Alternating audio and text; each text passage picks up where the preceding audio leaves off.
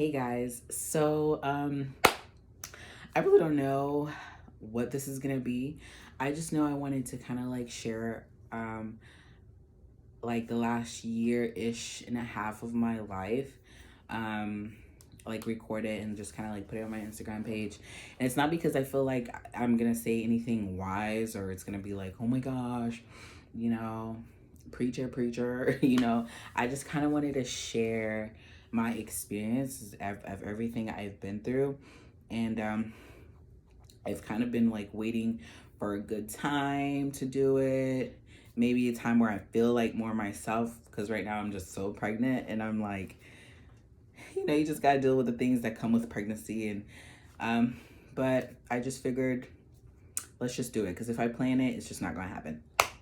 All right, so let's start. December 2021. So that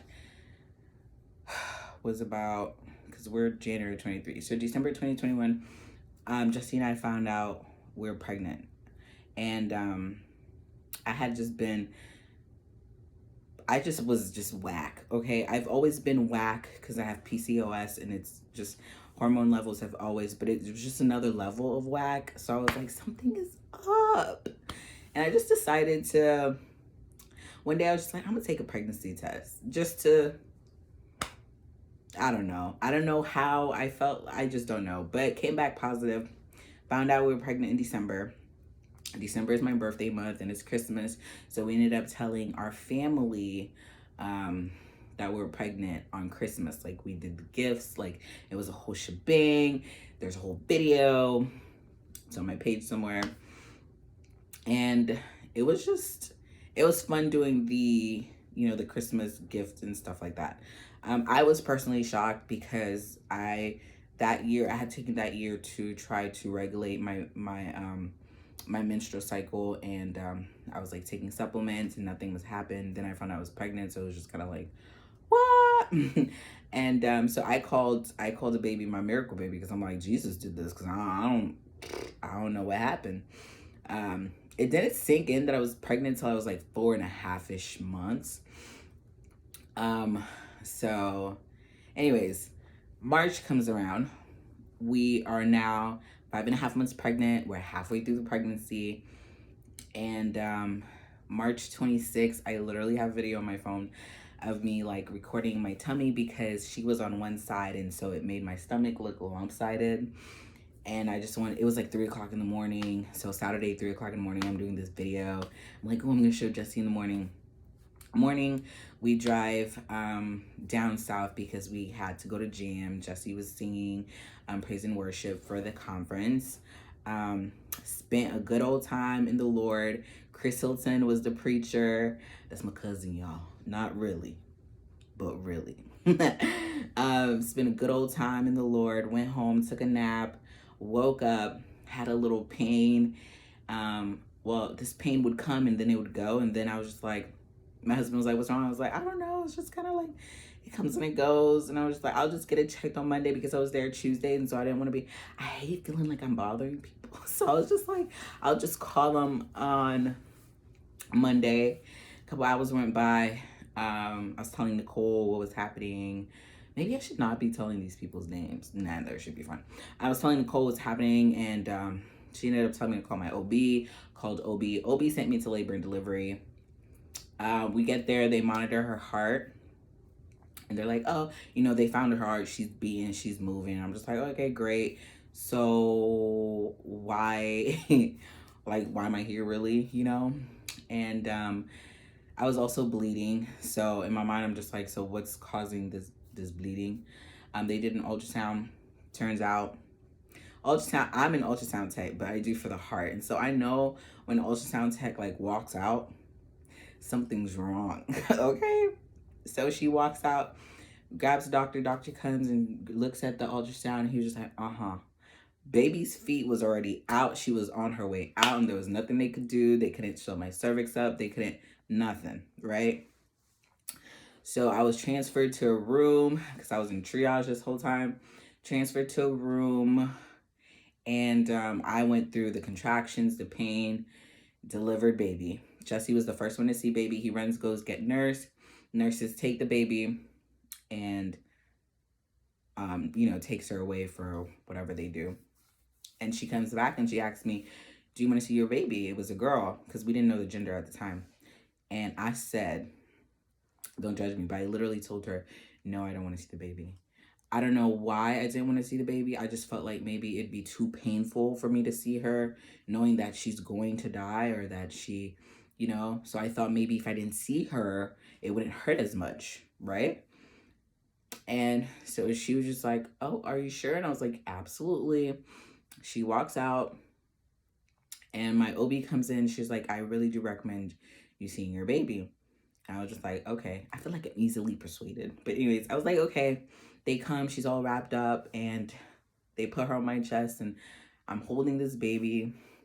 I'm looking at her features. She had Jesse's lips. She had her eyebrows, his eyebrows. She had his nose. I was literally, this baby was gonna be his twin. And so I'm just like looking at her features and just blown away by the fact that there was this human growing inside of me. And then she passed away. Like, I think it was like an almost 2 hours of me holding her before she passed away. And then she passed away and they take her. And within a couple hours after that, I was discharged and went home. And I think everything was just happening so fast that it just kind of like, it didn't all sink in till like, I don't know, maybe like a day or two later or whatever. So it was a Sunday that we lost her. And so we got sent home that Sunday. And we decided to go and watch church online because we missed church. Look at us being super Christians.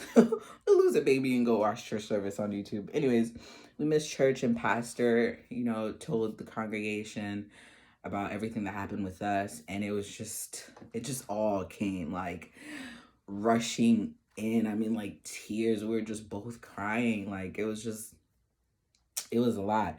So I deal with stuff like this by journaling. I've always been a journaler because, is that a word? Journalist?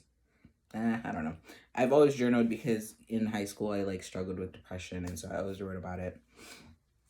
So I journaled about a lot of things that I might just kind of look down on, just to make sure that I share all the details, because I really just kind of want to share everything just in case somebody has gone through something similar.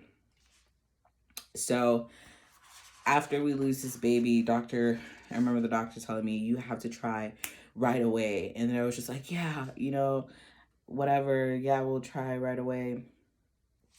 And at first I was all for it, but then as time went on, I was just kind of like, or maybe we could just, push it back a little bit.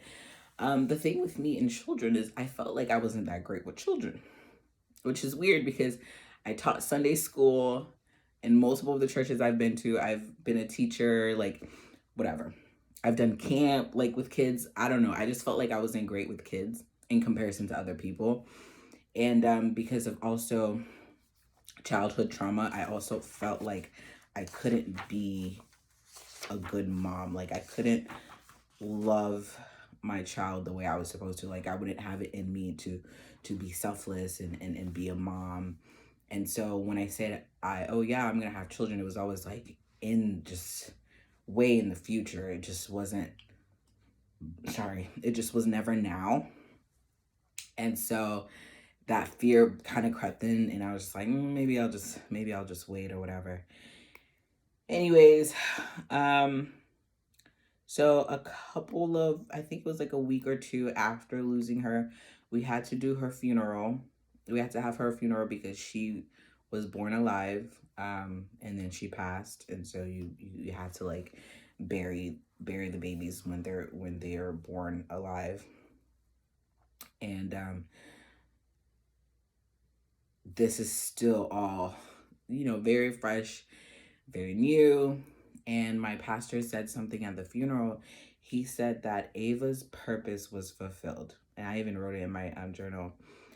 And it literally, it sat with me. And I was just like, her purpose was fulfilled. and what was her purpose. Like, for me, her purpose in my life was, one, to show me that God can do the impossible, because I really didn't think I'd be able to get pregnant because of my situation. 2, that I can love a child. 3, that I can be a mom. 4, that I myself, I'm not my mother. I'm different, and I am worthy of being a mom. And I was, even though I was going through the grief and the pain and the tears, I was happy that she was in heaven, obviously. Like, you're with Jesus, it's all good, love you, whatever. But it wasn't like that. But it was, that kind of brings a little bit of, comfort knowing that she was in heaven. So my healing journey. I did a lot of journaling, did a lot of praying. I truly learned God to be a comforter in that season. It felt like every single time I started crying, every single time I started praying, I felt like he showed up and comforted me, because there was a lot of whys. There was a lot of why me. I felt like my body failed me. I felt like if I was just 2 seconds earlier or 2 hours earlier, she wouldn't have passed away. I felt like it was my fault. I felt like, I could have done something different. And it just, like, every time I just started crying and just started praying, I just felt like he showed up. And I really learned him to be a comforter, because I've never went through something like that, to where, as life goes on, you will learn God to be different things at different seasons. And so I've never really knew him as a comforter, even though I know he's a comforter, duh. But I just never knew him as that. And I really, truly learned him as a comforter. And I just felt so loved by him, even in a season of just, hurt. And I also started therapy, and my therapist was just kind of like blown away. She was just like, the things that you're doing, and I was able to go to back to work a couple months later. Just like, and I worked with kids at work too, and she was like, people would take forever to do it. You're just doing so good. And I give all credit to God, because it wasn't that I wasn't feeling the pain. It wasn't that I wasn't, grieving, but it was just that he came in and healed my heart. He came in and helped me in the places that I just could not bring myself to try to fix myself. Like, I had friends that were having babies, that had babies when I was supposed to have the babies. They have healthy babies, and I'm looking at their babies, and I'm going to their baby shower. And he gave me the strength to be that support, even though I know that even if I had said no, I'm not going to attend these things, they would have understood. But yet he still gave me the strength to do it. And it was amazing. I was thankful that he did not leave me by myself in those moments. I'm super grateful for my husband. My husband was a listening ear. There were just times when I would just start crying, and he'll just be there, and we'd just be there together. And because I still had to go through the physical healing of my body, like I was producing milk and I didn't have a baby. Like, it was just like I had to go through all that, and it was amazing to have a husband there, to help you with that. Like, literally, that's why I said, be careful with who you marry, because baby, life is gonna happen, and you need somebody there that is a man of God, man or woman of God, because things do happen. And you guys, I was just blown away by the community that I was surrounded. God blew my mind, because you get so used to, you're going to church, so-and-so, this person, everybody's great, but sometimes you never really like, a lot of them you kind of just know through multiple conversations, but it's not really like a deep conversation or deep relationship. And you guys, so many people helped us in that season. They prayed, they cooked, they gave us money, which helped us with her funeral, helped us with my medical expenses.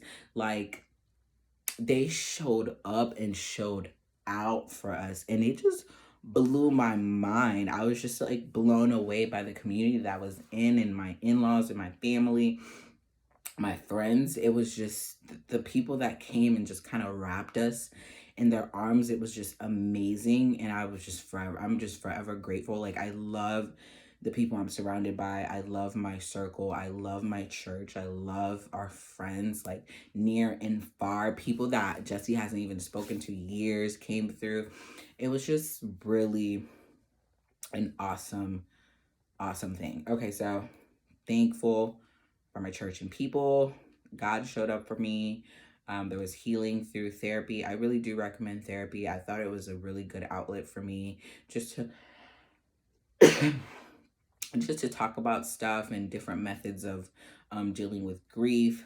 I journaled, I prayed, had a husband that, helped me through it all. My best friend was there. Like, it was just so many different aspects of my life was just coming together in this season to kind of help me get through it all.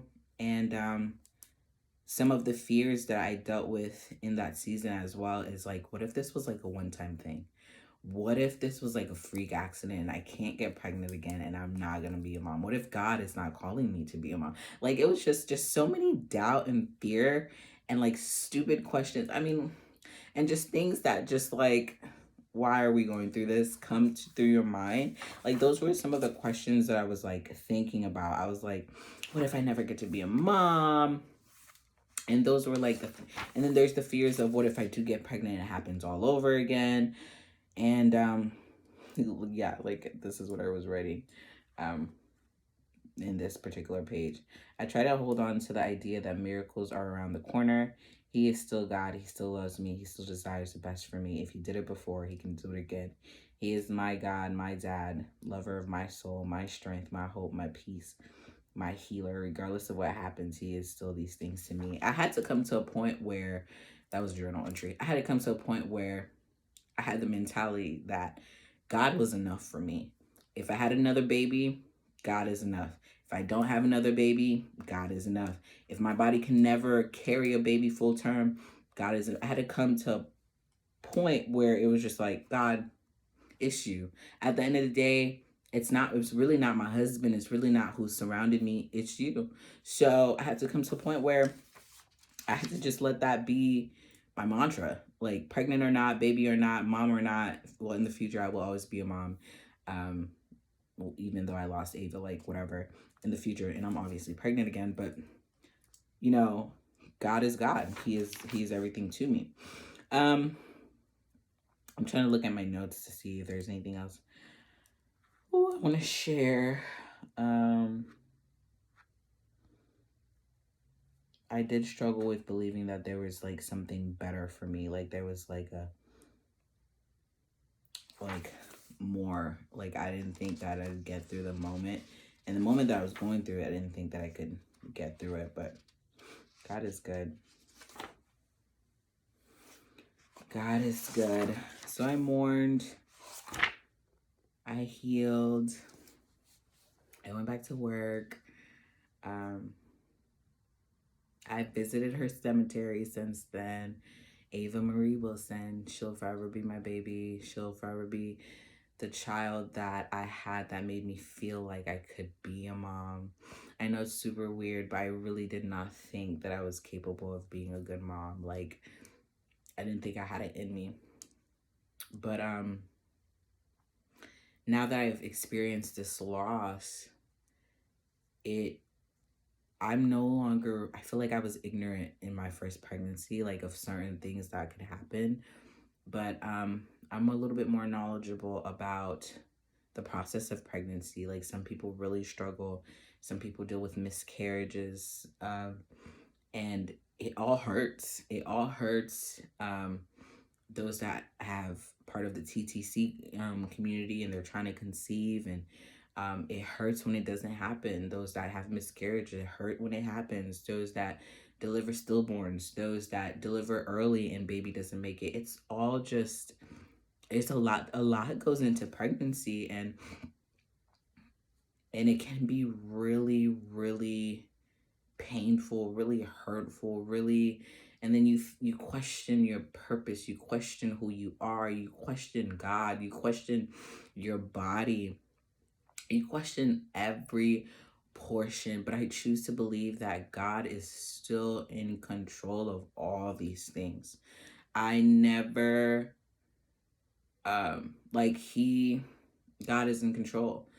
Through the miscarriages, he's in control. Through the loss, he's in control. And it's weird to say that, he has the best interest in mind for us when we're going through those things. But I really do believe that God is in control.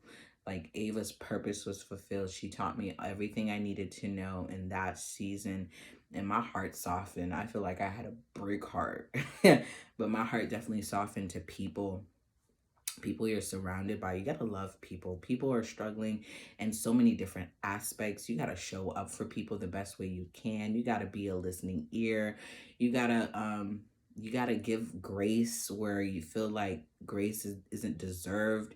Like, really ministry, being a Christian is really all about people. And sometimes people are hard to deal with, but you just really don't know what they're going through in the times that they're going through it. So that was my grief. I feel like, season, I feel like I could have, there's probably a lot of details that I missed.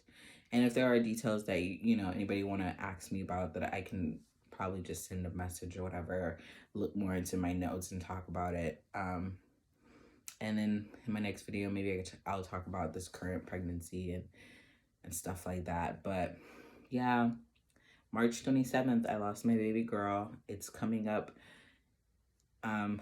this year. It's coming up in a couple months. And I'll definitely, if I'm up to it, because I am due in February, if I'm physically up to it, I'll definitely be visiting the tombstone. And yeah, that's my baby. I love her so much. She's not here, but she'll forever be a part of me. She'll forever be a part of my story. She'll forever be a part of my life, my husband's life. I will carry her memory because that's my baby. That was my first baby. And I love her. And yeah, I guess that's it for now. Thanks for listening to me babble. Bye.